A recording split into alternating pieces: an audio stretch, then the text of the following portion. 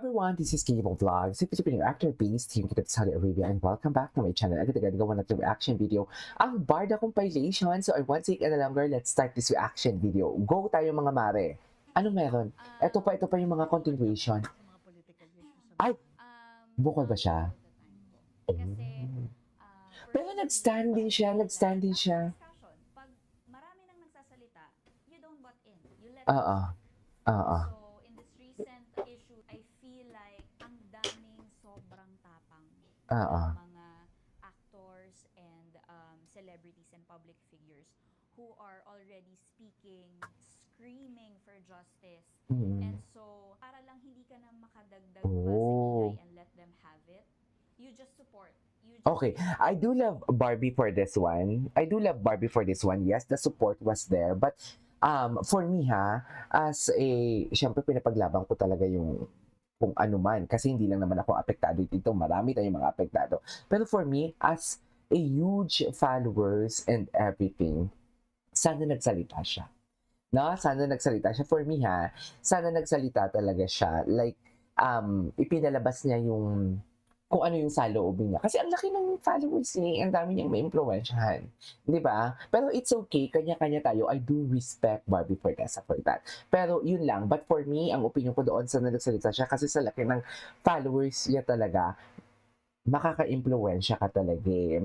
Yung reach mo, yung engagement mo, kung ano mo yung stand mo, whether magkaiba tayo ng stand and everything, kung magkaiba tayo ng what you call this, sinusuportahan, but talaga pinag-uusapan kasi dito, yung magnanakaw sa bayan. You know what I mean? Yun lang. I am just being honest. Do not attack me. I don't hate Barbie for that, but that is my opinion. So meaning to say, hindi sa lahat ng bagay is parehas kami ng utak ni Barbie, hindi porket love ko siya is, so that is a genuine act of, ang genuine na act ng isang fans na alam mo yung, or friends, di ba? Alam mo yung kung ang kaibigan mo may mali, ang kaibigan mo, hindi ko sinasabing mali siya. What I'm trying to say is, example lang, kung ang kaibigan mo tatanga-tanga sa pag-ibig, syempre i-real talk mo siya. Di ba? Kasi mahal mo siya eh. Di ba? Anyways, tuloy natin to.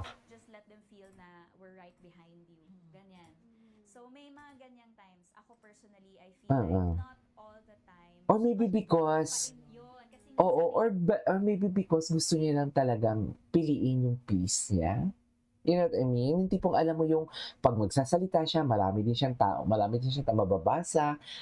Actually, binabash na nga siya eh. Wala pa nga, ng pandemic, wala naman siyang ginagawa, binabash siya. But yes, I do understand now. Oo nga. Maybe because dahil ng pandemic niya, wala naman akong ginagawa, pero inaanod pa din ako. 'Di ba? Tinitira pa din ako. Kaya mas mabuti na lang talaga na manahimik na lang din ako, which is good. Oo, naiintindihan ko din si Barbie. Maybe dahil yan yung reason niya. I don't know kung sinabi niya yan dito, pero for me, yan yung analysis ko. But it's okay. Ganyan, yung pa-involve lang, ganyan. Ako, I'm really happy to see respected actors, mga top-tier actors ngayon. Top sa tier. frontline talaga ng seeking for justice. Ako naman din, aware din po ako, and I'm really grateful na ngayon, mas nire-realize ko ang purpose of being an actor. Purpose, Hindi lang yes. siya talaga natatapos sa craft. Kasi ngayon, we also get to influence the younger generation who are our next leaders as well. So, parang mas naging powerful ang ating profession po, ang ating trabaho, kasi nakikinig sila sa atin, nagiging boses na rin tayo ng bayan. So, mas nagiging mindful ako as to what I put out there, kung ano yung sasabihin ko, ano yung ilalabas ko sa social media, kasi yung mga tao, they mind what you post. Yes, exactly. Yung social media. And so, kailangan smooth ang boses mo sa social media, especially kung actor ka, kung public figure ka, kasi people will listen to you. That's why brands get you, that's why the brand endorsements get you, kasi nakaka-influence ka eh. May value ka. So, use it for the greater good. Para sa akin, nagsasalita lang ako pag may dull moment. Di ba, may dead air, ganyan, na, ay, teka, wala nagsasalita, so parang namamatay yung issue, tsaka ako babat in. Pero if there's enough people already talking about it, it's relevant. So, I'll just support. I'm here, I'm right behind you guys, ganyan. Yan, that's good. Okay, that's good, yeah. I get your point, B. I get your point. Kabilang bagets ka, Ayan, time mo yan. Ay, ito. ang sa akin naman, sobrang sobrang grateful po ako. Pero ako naman po ay laging nagsimula at laging bumabalik-balik sa love team. Ito na. So, Ito na. as someone who is here because she wants to be an actor, not to be in a love team, it's difficult for me na to keep breaking That mold. na pang love team ka lang. So, lagi kong pinupush yung sarili ko na to do projects, to be in projects na kaya kong patunayan na kaya ko to stand on my own. That's why there's P77, there's Contrabida Academy, na parang I want to put it out there na pwede nyo kong kunin as As an actor. an actress. Oh, Ako. gets. And so, Okay. para sa akin, I keep So, reinventing. meaning to say, kung i-analyze lang natin, the Barda is not yet M. Barbie is exploring. Barbie wants to show to the brands. Barbie wants to prove herself sa madlang tao na I am not just for a love team. Oh, same mentality sila ni Paolo Avellino actually. Ganyan din yung mentality ni Paolo Avellino before na ayaw niya ng love team because gusto niya talaga is magiging ano lang siya, what you call this, magiging actor talaga siya, not just for pakilig, para makita yung craft ko, makita ang galing ko as an actor, not just for parang pakilig. Pero yeah, intindihan ko din naman yun. So, to sum up this one, parang walang may nagbubuwag. Kung ako mag-analyze ito, walang may nagbubuwag. It's just that pipiliin niya muna ito kasi dito nagkakaroon ng maraming opportunities eh. Yun lang yung nasa isip ko ha. 'Di ba? Which is really good din naman talaga. And at least mas nakita and mas napansin din talaga si Barbie Fortesa as an actress kasi ang dami na agad nag-line up sa kanya after ng P77, ang dami na nag-line up sa kanya ng mga kapamilya na gustong makipag-collab or makikipagtrabaho sa kanya, which is really good naman din talaga. Pero then again, so kung walang may nagbubuwag, kasi dito sa story niya parang walang may nagbubuwag eh.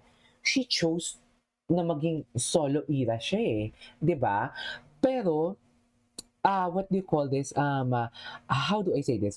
Pero malaki ang potential na kung walang may nagbubuwag, mean to say, may babalik at babalikan din talaga si Barbie sa Barda. Diba?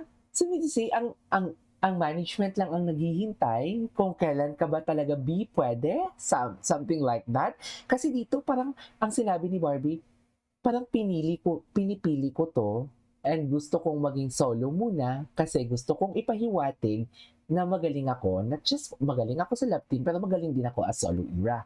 I am an actress itself. Parang ganon, di ba? So, we need to say, ang management is open sa pagbabalik ng Barda.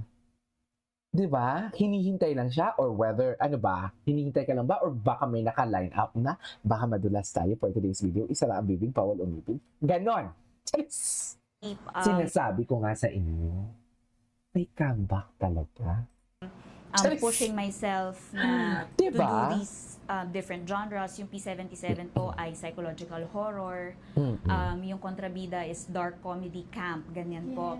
And then, yung recent teleserye ko po, Beauty Empire, murder revenge drama naman siya. So parang pinupush ko po talaga yung sarili ko kahit parang hindi lahat ng tao nakikita na kaya niya ba?